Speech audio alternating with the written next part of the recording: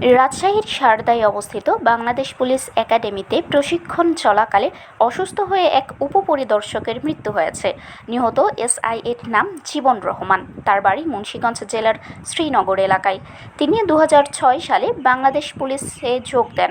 Police academy সূত্রে জানা গেছে, সোমবার বিকেলে মৌলিক প্রশিক্ষণরত এসআইদের 1 কিলোমিটার দৌড়ের কর্মসূচি ছিল। বিকেল 4:45টার দিকে দৌড়ানোর সময় হঠাৎ অসুস্থ হয়ে মাঠে বসে পড়েন জীবন রহমান।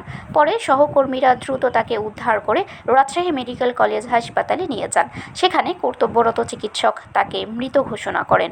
রামেক হাসপাতালের জরুরি বিভাগের ইনচার্জ ও মুখপাত্র ডাক্তার শঙ্কর কুমার বিশ্বাস জানান, প্রাথমিকভাবে ধারণা করা হচ্ছে এসআই জীবন রহমান হৃদরোগে আক্রান্ত হয়েছিলেন। তবে ময়নাতদন্ত ছাড়া মৃত্যুর সুনির্দিষ্ট কারণ নিশ্চিতভাবে বলা সম্ভব নয়। এ ঘটনায় কারো কোনো অভিযোগ না থাকায় ময়নাতদন্ত ছাড়াই মরদেহ পুলিশের কাছে হস্তান্তর করা হয়েছে।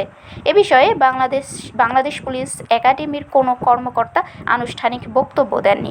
তবে চারঘাট মডেল থানার ভারপ্রাপ্ত কর্মকর্তা আব্দুল মালেক বলেন, ঊর্ধ্বতন কর্তৃপক্ষের সঙ্গে আলোচনা করে পরবর্তী প্রয়োজনীয় সিদ্ধান্ত নেওয়া হবে। তবে তিনি বলেন, জীবন রহমান 2006 সালে চাকরিতে যোগদান করলেও তিনি প্রশিক্ষণ নিতে পারেননি। প্রশিক্ষণ শুরুর আগেই তিনি চাকরিচ্যুত হন।